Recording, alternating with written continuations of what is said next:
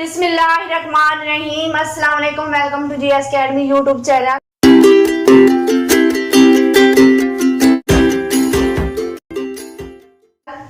Dear student, I hope कि आप सब खैर आफियत से होंगे।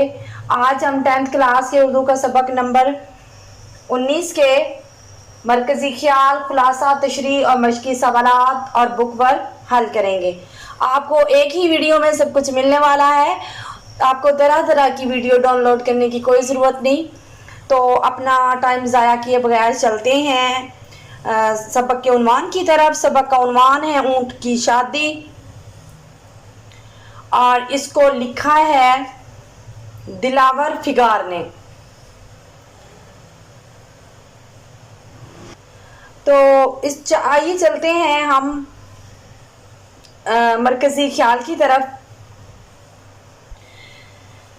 इसका मरकजी ख्याल है कि शायर ने बड़े मज़ाहिया अंदाज में ऊँट की शादी का नक्शा खींचा है। ये एक अनहोनी सी बात है, मगर दिलावर फिगार ने इसे तमसीली अंदाज में पेश किया है। दिलावर फिगार ने ऊँट की शादी का उन्वान देकर नज़म को 4 चांद लगा दिए। इस नज़म का मकसद महज मज़ा पैदा करना है। इसका खुलासा है कि आज के अखबार में अनहोनी सी खबर लगी है कि ऊँट की शादी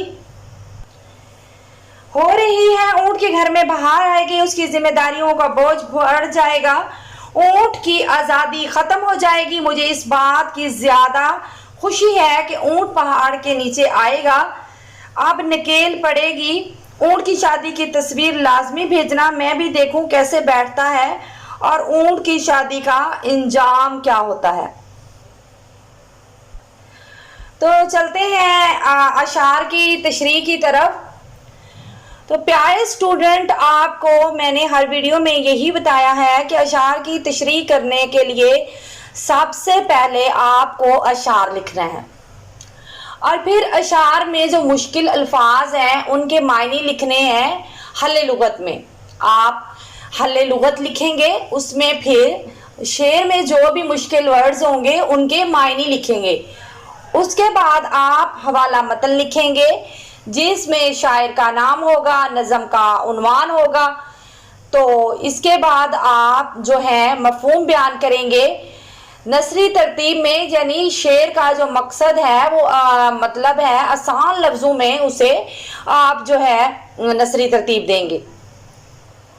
इसके बाद आप उसकी तशरीह करेंगे। तो प्यारे स्टूडेंट, आपको मैंने हर वीडियो में यही बताया है, सबसे पहले आपने यही करना है, उसके बाद आपने तशरीह करनी है। तो लिहाजा चलते हैं अपने शेर नंबर 1 की तरफ। शेर नंबर 1 हमारे पास है, नया ये आज के पर्चे ने गुल खिलाया है कि सेहरा बांध के एक ऊंट बुलबुलाया है। अब इसमें जो है हमारे पास लफ्ज है गुल खिलाया। अब इसका मायने है कोई अनहोनी बात होना और या कोई अनहोनी होना, अनहोनी बात होना। तो इसके बाद जो है सेहरा, ये वो सेहरा उसको कहता है जो दुल्हा के माथे पर बांधा जाता है, मोतियों का हार।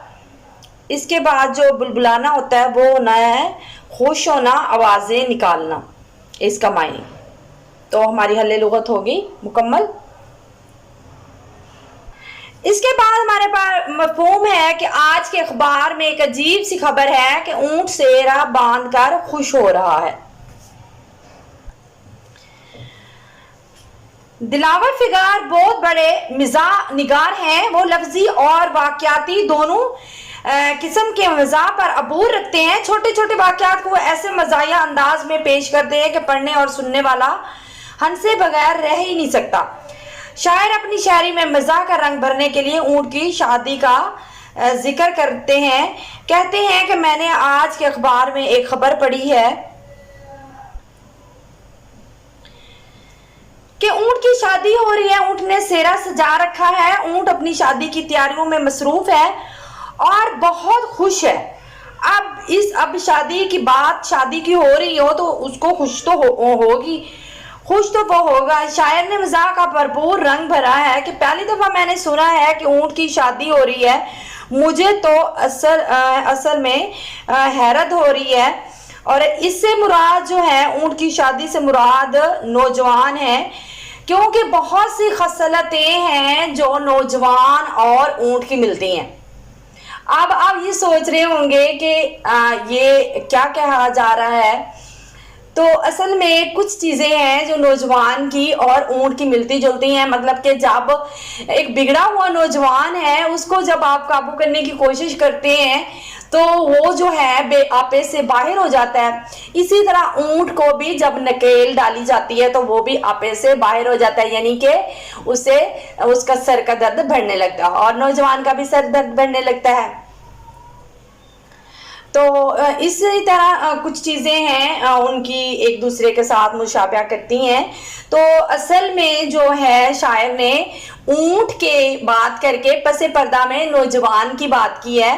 तो लिहाजा आप ये ना सोचिएगा कि किसी ऊंट की शादी हो रही है, ये क्या मतलब है। तो कुछ चीज़ें हैं वो मिज़ाह में रंग भरने के लिए उन्होंने जो शायरी की है उसमें जो, तो किसी को बुरा भी ना लगे और बात भी मुकम्मल हो जाए, तो इसीलिए नौजवान जो असल हकीकत है वो नौजवान पे बात कर रहे हैं। तो आइए चलते हैं शेर नंबर 2 की तरफ। शुतर के घर में प्यामे बहार है सेहरा, कभी कभी तो बड़ा बेमुहार है सेहरा।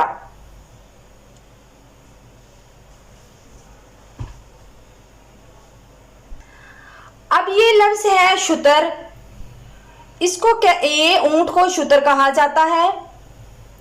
प्याम का मतलब होता है पैगाम, यानी प्याम का मतलब है कि बहार का पैगाम, प्यामे बहार का। इसके बाद है बेमुहार, इसका मतलब होता है काबू से बाहर होना, आपे से बाहर होना या आवारा। ये बेमुहार का मतलब है। इसका मफहूम है कि ऊंट के घर में बहार का प्याम आया है, लेकिन ऊंट कभी कभी काबू में नहीं रहता, अपने आपे से बाहर हो जाता है। इसकी तशरीह है कि ऊंट के घर खुशियां हैं क्योंकि ऊंट की शादी हो रही है। उसकी शादी की वजह से उसके घर में बहार आई है। शायर कहता है कि ऊंट खुश है, मगर ऊंट के मुतल्लिक एक बात मशहूर है कि जब ऊंट को गुस्सा आए तो बेमुहार हो जाता है, यानी रस्सी तुड़वा लेता है और काबू से बाहर हो जाता है। फिर ऐसा बैर पालता है कि कच्चा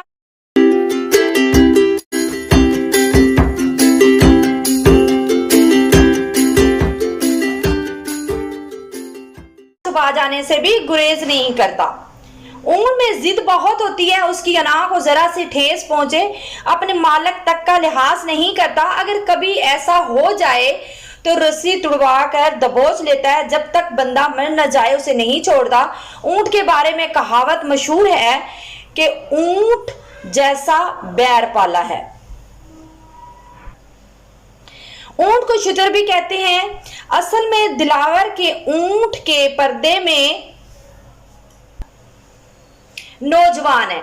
जब शादी हो रही होती है तो सब खुश होते हैं, उसके तमाम अहलो अयाल सभी खुश होते हैं। शायर ने असल अशारा नौजवान की तरफ लिया है, मगर नाम ऊंट का इस्तेमाल किया कि सेहरा बांध लिया है, उस शादी से बहुत खुश है। ये शादी मेरे लिए खुशियों का पैगाम है।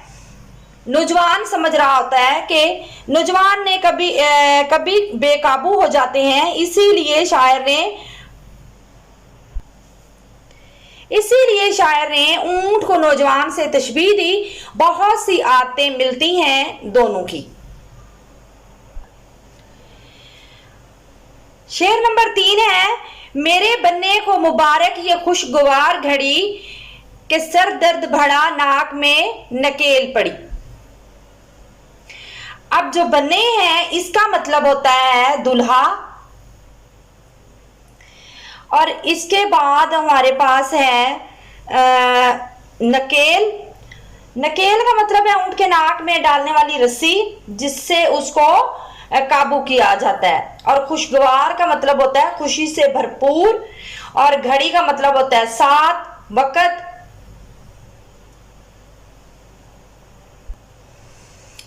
इसका मफहूम है कि मेरे दूल्हे को ये खुशियों भरी जो घड़ी है मुबारक हो कि उसके नाक में नकेल पड़ी। शायर ने ढके छुपे अंदाज में हकीकत का रंग भरा है कि किसी दिल को रंज भी ना पहुंचे, इसीलिए उन्होंने खास अंदाज में अपनी बात भी कह दी और सुनने वाले को समझ में भी आ गई। शायर कहता है कि इस शादी के मौके पर सब उसको मुबारकबाद दे रहे हैं, उसकी खुशियों में शरीक हो रहे हैं, वो हर तरफ से मुबारकबाद वसूल कर रहा है। लेकिन इस शादी के बाद उसकी जिम्मेदारियों में इजाफा हो गया। पहले वो आजाद था मगर उसको नकेल पड़ चुकी। नकेल इसको कहते हैं जो ऊंट के नाक में रस्सी डाली जाती है। शायर ने अपने मजाक के जरिए सारी बात से पर्दा उठा दिया कि इस नकेल से सर दर्द बढ़ जाएगा। मुराद ये कि ये आहिस्ता आहिस्ता जिम्मेदारियां बढ़ती जाएंगी। पहले इंसान अपनी मर्जी से अपने शबो रोज गुजारता है, मगर शादी के बाद उसकी मर्जी में किसी और की मर्जी भी शामिल हो जाती है। इस तरह वो काबू में आ जाता है, फिर कोई भी काम वो अपनी मर्जी से नहीं कर सकता। नकेल से मुराद कि अब शादी हो गई तो काबू आ गया है। दिलावर फिगार ने बड़ी खूबसूरत से मंजर कशी की है। शेर नंबर 4 हमारे पास, समझ लिया था जिसे जानवर सवारी का, वो ऊंट बोझ उठाएगा जिम्मेदारी का। अब इसमें जो है बोझ है, बोझ का मतलब है मतलब कि जिम्मेदारी या वजन, और जिम्मेदारी का मतलब है कि अगर मतलब कि किसी काम को अपने जिम्मे में लेकर सही तरीके से करना या उसको पूरा करना। इसका मफहूम है कि जिस जानवर को हम सवारी का जानवर समझ रहे थे अब वो जिम्मेदारी का बोझ उठाएगा। शायर कहते हैं कि बजाय हम ऊंट की सवारी का जानवर समझ रहे थे, ये सवारी का जानवर है, अब ये शादी यानी कि बोझ शादी का उठाएगा। शायर ने इस शेर के पसे पर्दा नौजवान की शादी का तज़किरा किया है कि नौजवान अपनी मर्जी करता था, किसी चीज की फिक्र नहीं होती थी। अब इस पे जिम्मेदारियों का बोझ डालना चाहिए। पुराने वक्तों में अगर कोई नौजवान आवारा फिरता था या काम काज नहीं करता था, सुस्ती दिखाता था, बात नहीं मानता था तो अपनी मर्जी करता था, तो उसकी शादी करा दी जाती थी ताकि जब सर पर जिम्मेदारियां पड़ेंगी तो वो निभाएगा या फिर उसको निभाना पड़ेंगी तो वो सुधर जाएगा। पहले वो अपना बोझ उठाता था, मगर अब उससे अपने बीवी बच्चों का भी बोझ उठाना पड़ेगा। अब उस पर जिम्मेदारियों का बोझ जो है वो बढ़ जाएगा। पहले तो शादी की खुशी होती है, मगर बाद में जब जिम्मेदारियों का बोझ बढ़ता है या पड़ता है सर पे तो फिर समझ आ जाती है कि शादी जिम्मेदारियों का नाम है। फिर पता चलता है कि घर की जिम्मेदारी क्या होती है, कितना बोझ उठाना पड़ता है। दिलावर फिगार कहते हैं कि ऊंट भी जिम्मेदारियों का बोझ उठाएगा। पसे पर्दा वो कह रहे हैं कि जो उबाली सा नौजवान था जिसको दोस्तों और घूमने फिरने से फुर्सत नहीं थी, अब वो भी बोझ उठाएगा। अब हमारे पास है शेर नंबर 5, मियां शुतर को मुबारक ये रिश्ता शादी, इसी को कहते हैं उर्दू में कैद आजादी। मुबारक का मतलब होता है बाइसे बरकत, रिश्तादारी यानी कि शादी का बंधन। और इसके बाद है हमारे पास कैद आजादी यानी कि आजादी का खत्म होना, इसको कहते हैं कैद आजादी। इसका मफहूम है कि ऊंट को शादी की मुबारक हो, इसको उर्दू में कैद आजादी कहते हैं। अब है आम तशरीह करने वाले हैं इस शेर की। शायर इस शेर में कहते हैं कि ऊंट की शादी को मुबारक हो। वो मज़ाहिया अंदाज में ऊंट को मिसाल बनाकर कहते हैं कि तुम्हें शादी मुबारक हो, तेरे आज़ादी के दिन ख़त्म हो गए, बहुत मज़े कर लिए, बहुत आज़ाद रह लिए, अब तुम्हें रिश्ते में बांध दिया गया है, अब तेरे दोस्त अहबाब रिश्तेदार सबसे मिलना जुलना कम हो जाएगा। पहले तो अपनी मर्जी से दोस्तों रिश्तेदारों से मिलने जुलना और तलक निभाने में लगे रहता था। तुझे कोई फिक्र नहीं थी कि घर जाना है, अपनी मर्जी का मालिक था। अब जब तू बाहर जाएगा तो तुझे घर की फिक्र लगी रहेगी। कुछ वक्त बैठेगा मगर तेरा ध्यान जो है वो घर की तरफ होगा। शादी से पहले इंसान आजाद होता है, यहाँ आओ जाओ, मगर अब ऐसा नहीं। अब तेरी आजादी के दिन जो है वो खत्म हो गए। अब कह दे आजादी के दिन शुरू हो गए। अब तो किसी की मर्जी से बाहर नहीं रह सकता। अब तेरी मर्जी में किसी और की मर्जी शामिल है। तेरा बाहर वक्त गुजारना जिम्मेदारियों से भागने में जिम्मे में आएगा। बराए नाम तो आजाद है, मगर फकत लफ्जी आजादी अब तुम्हें पर पहरे लग गए हैं। अगर तू ज्यादा वक्त बाहर रहेगा तो वारगी का नाम दिया जाएगा, एहसास से आरी शख्स कहा जाएगा। इसीलिए शायर ने खूबसूरती से बात समझा दी। शेर नंबर 6 हमारे पास। मियां शुतर नई गाड़ी लिए सफर को चले, मुझे खुशी है तुम आ गए पहाड़ तले। इसमें जो है पहाड़ तले, इसका मतलब होता है अपने से ज्यादा जो है वजन खुद पे लाद लेना। तो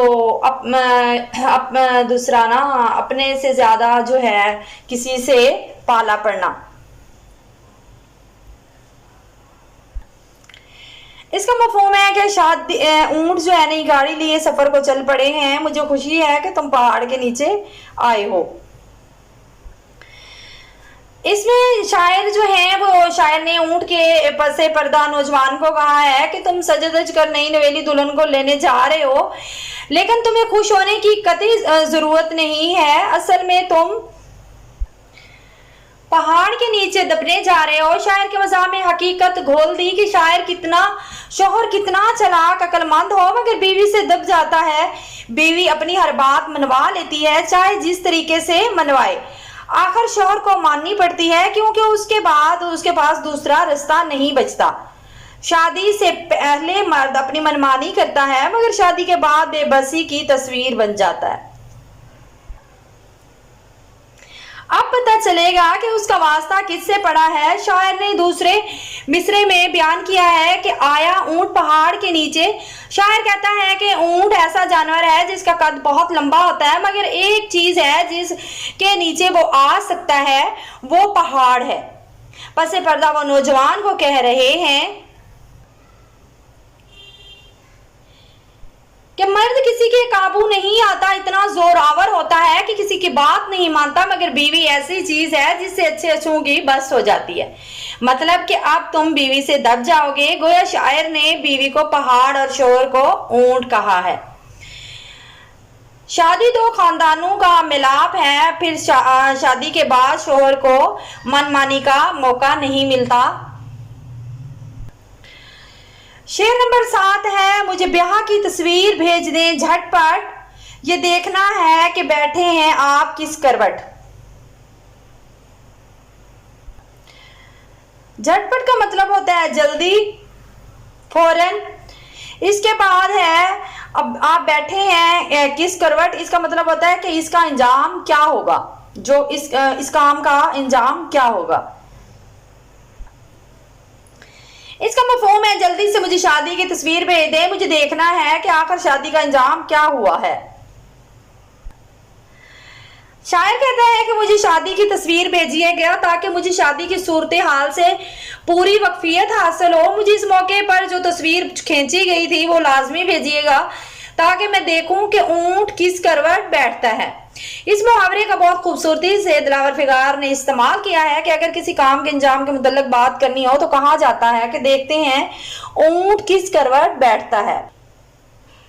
मतलब इस काम का अंजाम क्या होता है। जब किसी का अंजाम या मामले का पता ना हो तो तब ये मुहावरा जो है बोला जाता है।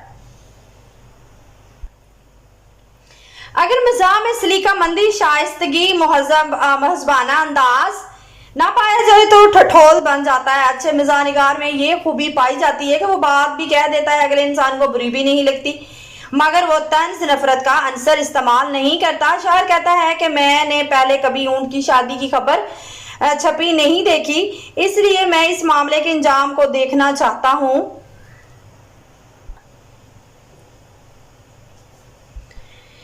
क्योंकि आप पर जिम्मेदारियों नहीं थी और जो है अब मैं देखना चाहता हूं कि आपने शादी का इश्तिहार दिया, आप जैसे पहले खुश थे वैसे ही खुश हैं या नहीं।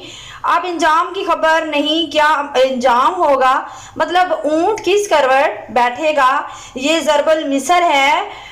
इस वक्त इस्तेमाल की जाती है जब किसी नतीजे का पता ना हो कि इसका अंजाम क्या होगा। सवाल नंबर 1 है हमारे पास, नज़म में शायर ने नया गुल खिलाने का जिक्र करके किस तरफ इशारा किया है। इसका जवाब है, शायर ने अखबार की तरफ इशारा करते हुए कहा है कि अखबार ने एक अनहोनी और अजीब और गरीब खबर शाया की है, एक ऊंट की शादी है। सवाल नंबर 2 है, नकेल पढ़ने से शायर की क्या मुराद है। नकेल पढ़ने से शायर की मुराद है कि ऊंट काबू आ गया है। सवाल नंबर 3 है, शायर ने सर दर्द बढ़ने की वजह क्या बताई है। इसका जवाब है, शायर कहता है कि ऊंट को नकेल पड़ने से उसका सर का दर्द बढ़ गया है। सवाल नंबर 4 है हमारे पास, नज़म के आखिरी शेर जो है शायर ने किस ज़रबुल मिसल की तरफ इशारा किया है।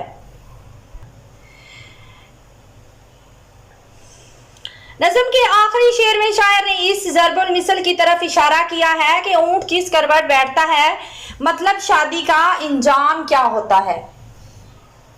तो आइए चलते हैं बुक वर्क की तरफ। सवाल नंबर 2 है हमारे पास, नज़म ऊंट की शादी के मतन को मद्देनजर रखकर दुरुस्त जवाब पर टिक का निशान लगाएं। सबसे पहले हमारे पास है, नज़म ऊंट की जो शादी है शायर ने लिखी है, सैयद ज़मीर जाफरी ने लिखी है या सैयद मोहम्मद जाफरी ने लिखी है या दिलावर फिगार ने लिखा है या महमूद सरहदी ने लिखा है, तो इसको लिखा है दिलावर फिगार ने। इसके बाद है, नज़म के पहले मिसरे में आज के पर्चे से मुराद है आज का अखबार, रिसाला, इम्तिहानी पर्चा या पुलिस का पर्चा, FIR। तो इसका है आज का पर्चा।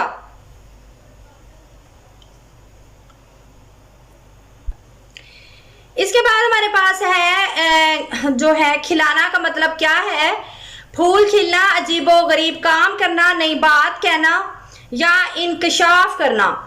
तो इसका है अजीबो गरीब काम करना, गुल खिलाने का मतलब होता है। अब इधर उन्होंने गुल नहीं लिखा, शायद उनसे मिस हो गया है, लेकिन इधर यही आना था, गुल खिलाना का मतलब क्या है। इसके बाद है, शुतर के घर में क्या आया है, हवा का झोंका, खुशगुन पैगाम, प्यामे बहार, एक और ऊंट।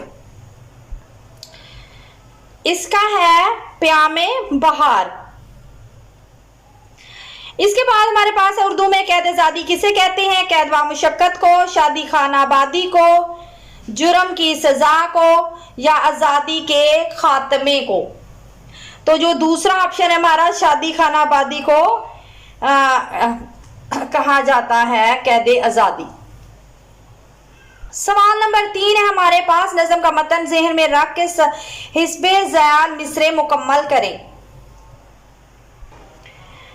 कि सेहरा बांध के एक ऊंट डैश है, यानी इसका है कि सेहरा बांध के एक ऊंट बुलबुलाया है। इसके बाद है हमारे पास कि सर का दर्द बढ़ा, नाक में डैश पड़ी, नकेल पड़ी। इसके बाद हमारे पास है जो तीसरा मिसरा है, वो है इसी को कहते हैं उर्दू में डैश, इसी को कहते हैं उर्दू में कैद आज़ादी, इसी को कहते हैं उर्दू में कैद आज़ादी। इसके बाद हमारे पास चौथा फिक्रा जो है वो है, मुझे खुशी है कि तुम आ गए डैश तले। तो इधर मुझे खुशी है कि तुम आ गए पहाड़ तले। मुझे ब्याह की तस्वीर भेज दें डैश, मुझे ब्याह की तस्वीर भेज दें झटपट।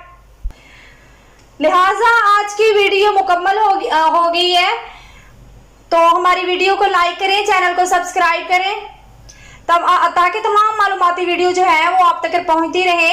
डिस्क्रिप्शन से नोट्स लाजमी PDF की शक्ल में डाउनलोड कर लीजिए और नेक्स्ट वीडियो में मिलते हैं। अपना रखिए ख्याल। अल्लाह हाफिज।